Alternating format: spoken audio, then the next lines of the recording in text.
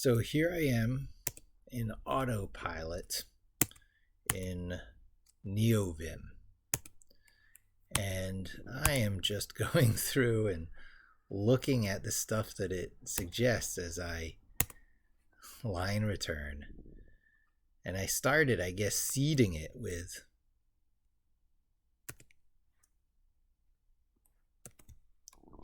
this is a Python file. What will happen as I continue to type? I can use the tab key to autocomplete. I can use the up and down arrow keys to scroll through my history, though I found that to not be correct. I can use the left and right arrow keys to move the cursor, but why would you in a Vim type editor? You want to use, instead of left and right, I guess it's, what is it, H and J, HJKL. I can use the delete key to delete characters. I can use the home key. All right. I can use page up and page down. This is not very aware of how people use VI type editors for a plugin for a VI type editor. I can use the control keys. So this is like,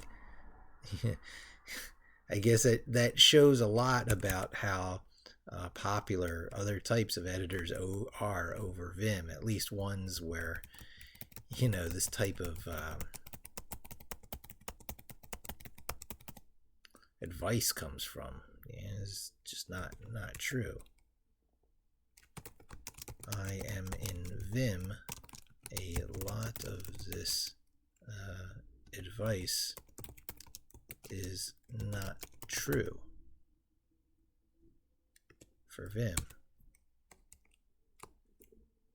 I'm in Emacs. A lot of this advice is not true for Emacs. I'm in Nano. A lot of this advice is not true. So it just is like, you know, predicting. All right. All around the mulberry bush. The monkey chased the weasel. The monkey thought was all in fun until the weasel bit his thumb. Monkey thought it was all in fun. Pop goes the weasel.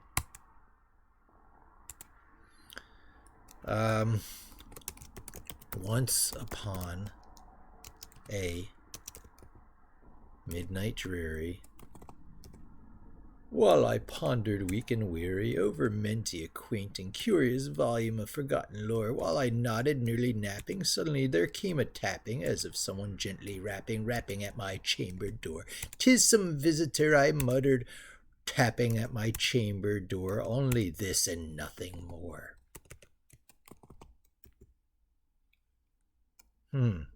Stops there. I guess the first verse is all it remembers. Ah, distinctly I remember, it was in the bleak December, and each separate dying ember wrought its ghost upon the floor.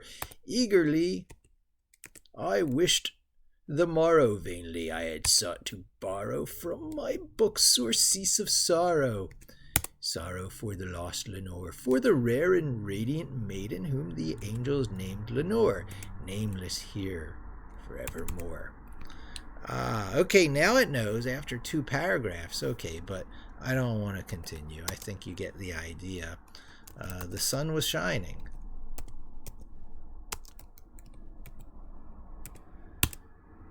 The sun was shining on the sea, shining with all its might. He did its very, very best to make the billows smooth and bright.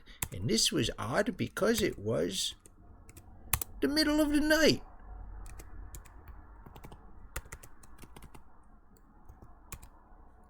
The moon was shining sulkily because she thought the sun had no business to be there after the day was done. "'Tis very rude of him," she said, "to come and spoil the fun." The sea was wet as wet could be. The sand was dry as dry. You could not see a cloud because no cloud was in the sky.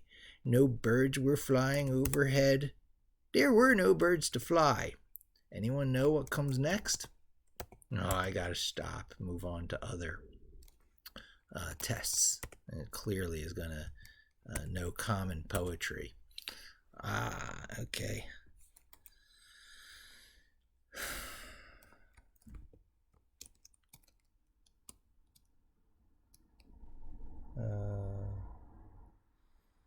So I just want to start doing poetry and have it continue the poetry, but that's the same test over and over. We know it can complete popular poetry.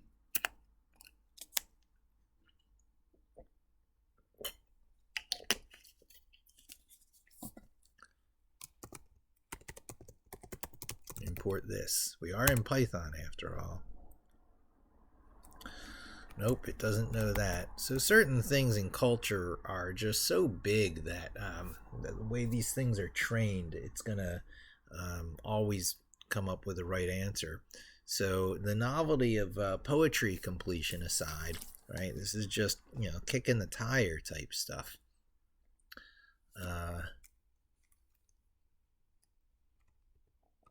In a Python type environment, what would you want to do?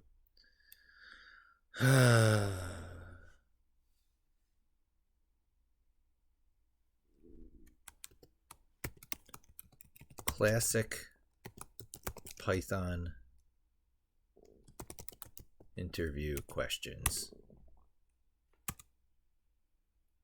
What is the difference between a list and a tuple? What is the difference between a list and a dictionary? What is the difference between a list and a set? What is the difference between a dictionary and a set? What is the difference between a dictionary and a tuple? What is the difference between a dictionary and a list? Set in a tuple, set in a list. Does it repeat itself? Set in a dictionary, set in a tuple.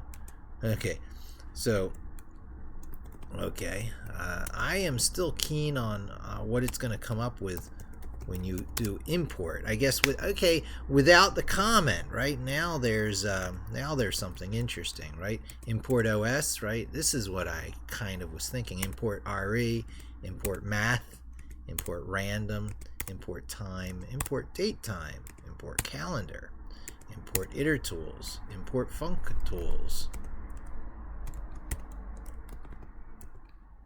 import collections, import operator, import func tools. Didn't we have that already? Yes, we did. We had a repeat. Import subprocess, import multiprocessing, threading, queue, socket, urllib, urllib.requests, urllib.parse, urllib.err, http. Client has some tplib, email, email.mime, email mime text, email mime multiport, mime application, mime image, mime audio, mime. It's got a lot of mime imports here. People do a lot of Python email manipulation, it seems. Okay. Will it get to the end? I guess it's up to the ends, but it's like multi-part. Non-multi-part is the thing that it gets multiple parts. Okay, so that was a good test. I like that test. That's import. So like, what other kinds of things here? Argparse, just argparse. Let's see what it says after argparse. Argparse equals none, so no. Let's see. In the context of coding for Python, let's say recursion. Recursion is a method. Let's def factorial n. Huh. Look at that. Okay, now that's getting interesting, right? And it did 2 spaces under here. That's fine. Recursion, often confused with a recursion, but not recursion, would be iteration. So it should do a different example here. Yep. That's iteration as opposed to recursion. All right. And it suggests recursion again. Let's do something different. Iteration, recursion. What kinds of things? Oh, introspection.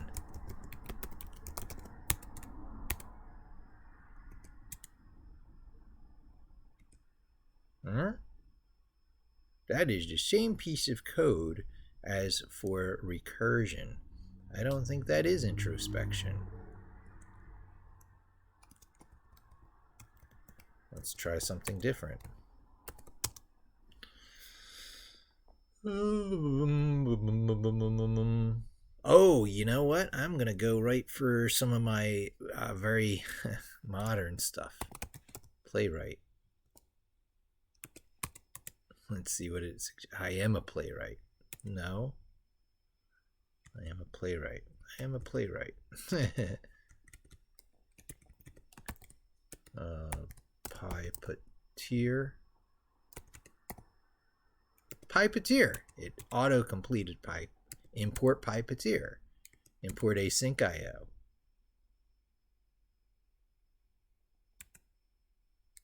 Def main.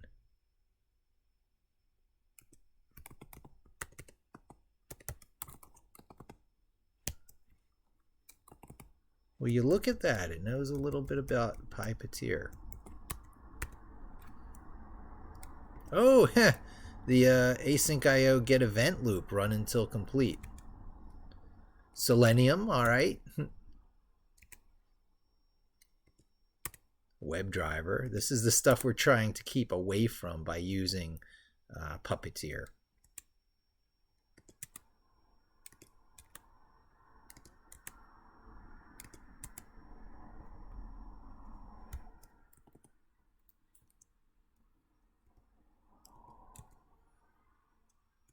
All right, I don't need to get through that because I'm not really interested in Selenium. I use the new generation of stuff that uses the Web Dev Tools API kind of thing. I guess it's different APIs to control Firefox and WebKit, but same deal. But that does remind me, I do want to do a crawler. Import requests, good start.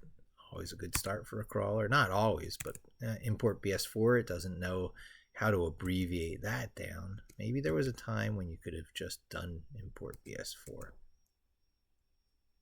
Get links, crawl URL. Basic crawlers, right? So everyone goes and buys like Screaming Frog, and that's fine. It's a good value for the money. But writing a crawler is not that hard, as you can see here from the whole crawl example. That'll grab just some links off of the example page. I mean, it's not a recursive crawler.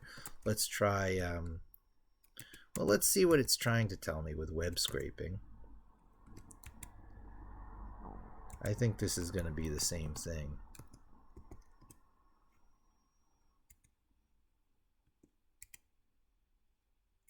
Oh, it's grabbing the title off the page. That's a little different. It's saying, so let's try recursive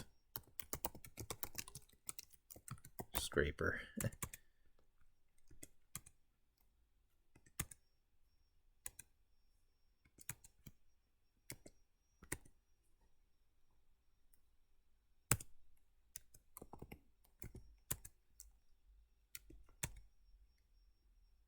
And you're going to know a recursion scrape by it feeding a function back into itself.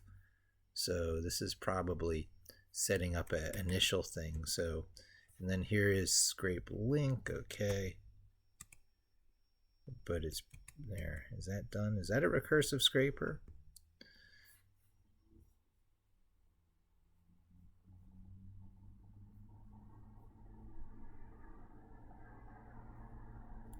For link in get links. So there's get links. Scrape. And what enters into the scrape thing? Scrape calls this gets the links, and that calls scrape. Yeah, that's recursive. Right there it is right there. All right, I'm getting the idea. This kind of experimenting could go on forever. But, you know, I definitely do see that I am in Vim. I mean, it's Neovim, but it's Vim. It's Vim with, you know, Copilot. Copilot that likes to tell poetry. Copilot that knows, you know, after all the usual suspects. People really like to do email in Python. All this is email stuff, of course, because you can see the word email there. Factorials, recursion. When you do recursion, the factorial example is the most famous. And when you do iteration, it's an alternative to recursion where you can, control the number of times it occurs so that you don't get caught in recursive feedback loops. Puppeteer, which is a completely unofficial library to Puppeteer, and it knows enough about it, even down to this. There's a funny thing here. I should try Puppeteer in Jupyter, right? So if I take that and go to the bottom, recenter myself, paste that, and say Puppeteer in Jupyter, let's see if the code it produces is any different, because the event loop is going to be different. The event loop context under Puppeteer or under Jupyter is different, and that was it right there. Let's see what it did. Okay, async IO get event loop until, it doesn't know about Jupyter. There's some special handling that gets done there. It's just using the example. Oops, it's just using the example for Puppeteer by itself. So anyway, that was a lot of fun. Let's see, other tests,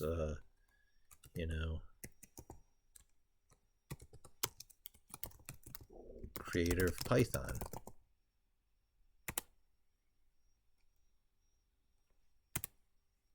Guido van Rossum. It doesn't do any code, it just says it. And that's not going to be valid code, but let's see what happens when that gets put in. Python 2 versus Python 3. Python 2 is old and deprecated. Python 3 is new and better. Oh, I'm glad I kept going. Python 2 is not compatible with Python 3. Python 3 is compatible with Python 2. Python 2 is okay, so it's starting to repeat. That was interesting.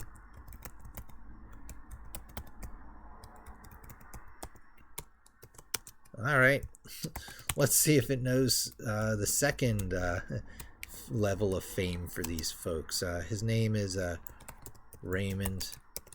Let's see if it can. Yeah, it knew who I was talking about. Python 2 versus Python 3. Python 2 it's the same stuff. Okay, now I actually want to prompt it onto a different path here. I'm going to do named tuple.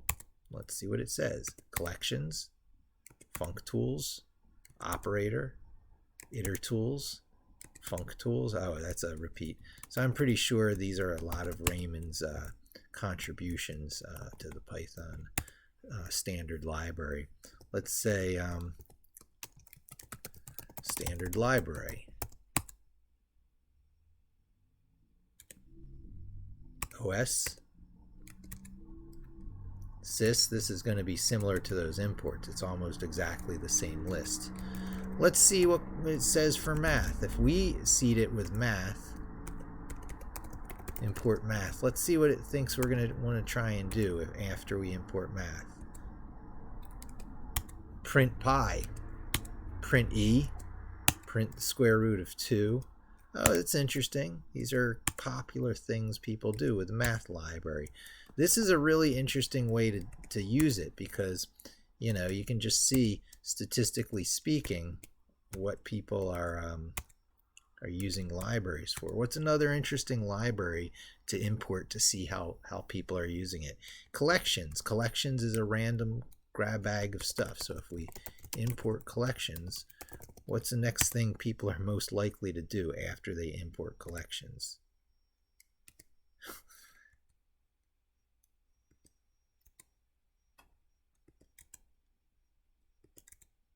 Counter stuff. It's already repeating. There's apparently a lot of abracadabra stuff people do with collections. All right, let's try a different obscure library. Func tools, right? How many people really use func tools? And what would you do with it even? The reduce function. Oh, lambdas. Exploring lambdas is actually a pretty interesting idea. import. Well, it wants to, I'll do lambda in a second. I want to see what operator is going to be suggesting. Okay. True division, floor division. So interesting.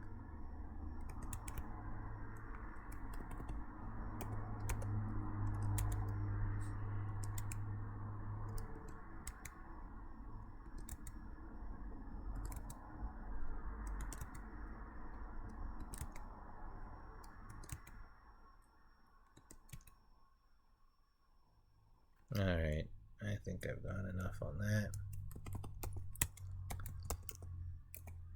What happens when people do lambda? Ah, the hello world bare bones test of lambdas.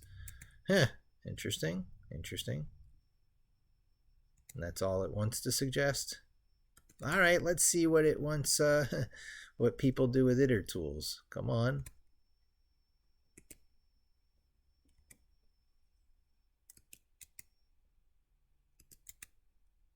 Well, I could just go on forever like this, but I think you get the idea. I am glad I got Copilot working under Vim, or more technically under Neovim as I had. So let's see. Let's try Figlet. Let's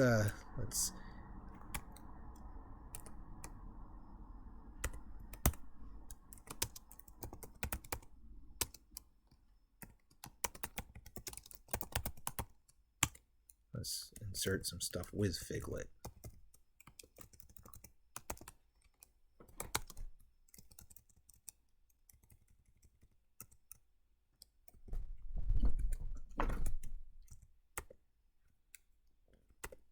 Does Copilot have anything to say here? No, it doesn't.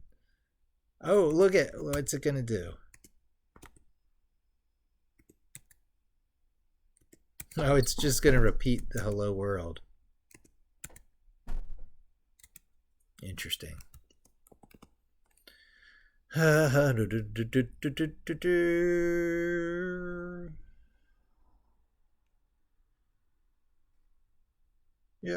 I guess that's enough for now.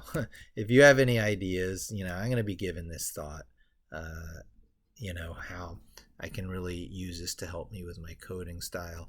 Probably I'll do a few things to turn Neovim into a little bit more ID-like running the Python with the with just a keystroke. So let's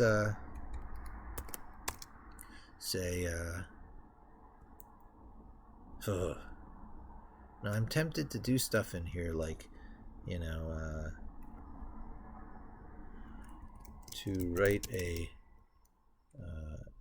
Neovim macro to run a Python script. To write it, open a Python file, press Q to start recording a macro, press @ to run the macro, press Q to stop recording the macro, press, oh, you know what, it's not, I actually don't want to do that. I got that wrong. As interesting as that was, it's not writing a macro. It's how to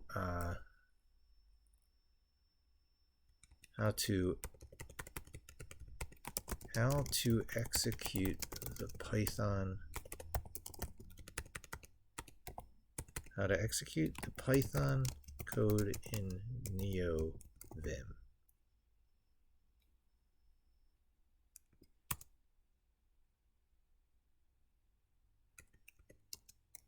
Like an IDE.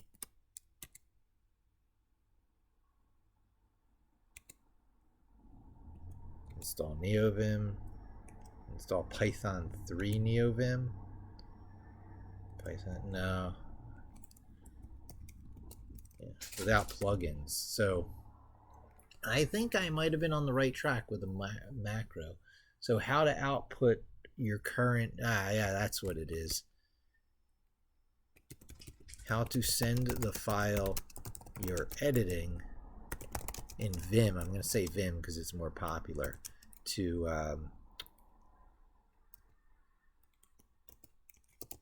execution to in Python to execution in Python, maybe. Save the file. Run the following command in the terminal. Now, see, I want to do it from directly within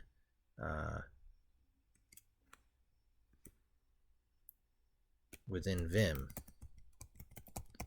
So, you know, you can't necessarily Google research in here. It's nice, but in some places it'll work. In some places, you know, there's language issues. And so, you know, this is a good starting point. Reach out to me if you have questions or suggestions, and I'll have some interesting stuff to show you later that I think of. Thanks for joining me. Hope to see you again soon. Don't forget to subscribe.